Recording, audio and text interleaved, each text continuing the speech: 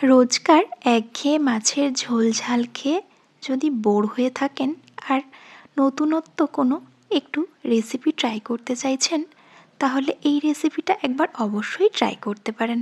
কাতলা মাছগুলোকে লবণ আর গোলমরিচের গুঁড়ো মাখিয়ে ওই 10 মিনিট ম্যারিনেট করে রেখে দিতে হবে।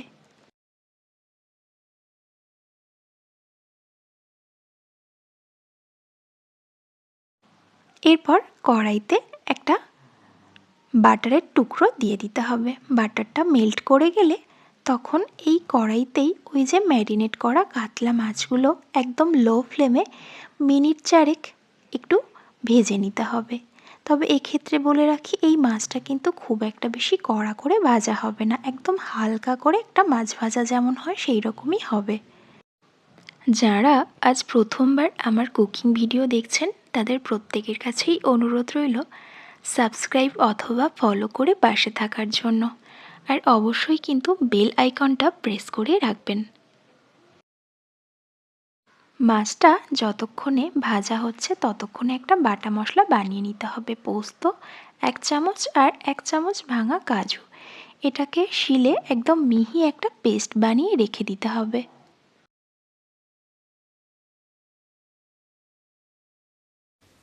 মাছটা মোটামুটি যখন ভাজা হয়ে আসবে তখন চিড়ে রাখা কাঁচা লঙ্কাগুলো দিয়ে দিতে হবে, আর দিয়ে দিতে হবে 1 বাটি পরিমাণ দুধ।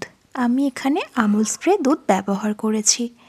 এবার ভালো মতো এপিট ওপিট করে নিয়ে জাস্ট মিনিট 3 এইভাবে ঢাকা দিয়ে একটু রান্না করতে হবে। তারপর ঢাকনাটা খুলে ওই যে কাজু বাদাম আর পোস্ত বেটে রেখেছিলাম সেটা এর মধ্যে দিয়ে দিতে হবে, দিয়ে ভালোভাবে সবটা একসাথে মিশিয়ে নিতে হবে।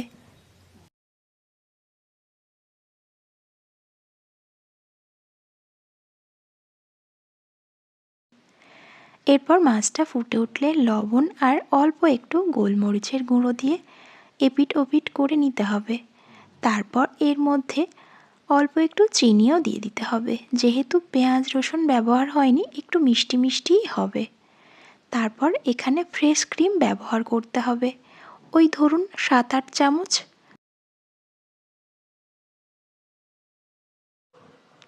আমি আসলে ফ্রেশ ক্রিমটা দেওয়ার সময় ভিডিওটা অন করতে ভুলে গেছিলাম, তাই শেষের দিকে যে 4-5 চামচ দিয়েছি তখন ভিডিওটা অন ছিল, প্রথম দিকে অফ ছিল, তাই আমি যে 6-7 চামচ ব্যবহার করেছি সেটা দেখানো হয়নি, তার জন্য ক্ষমা চাইছি। এই যে ফ্রেশ ক্রিমটা দেওয়া হয়ে গেলে এটাকে ভালোভাবে মিশিয়ে নিয়ে ওই 1 মিনিট মতো একটু জাস্ট ফুটিয়ে নামিয়ে নিতে হবে। ফ্রেশ ক্রিম দেওয়ার পর খুব বেশি কিন্তু এটা আর ফোটালে চলবে না, একদম 1 মিনিট মতো ফুটিয়ে নামিয়ে নিতে হবে। আমার তো পার্সোনালি বাসন্তী পোলাওয়ের সাথে কাতলার এই ননিবাহারের রেসিপিটা ভীষণ ভালো লাগে। আপনাদের কেমন লাগে সেটা কিন্তু একবার অবশ্যই আমাকে কমেন্ট করে জানাবেন।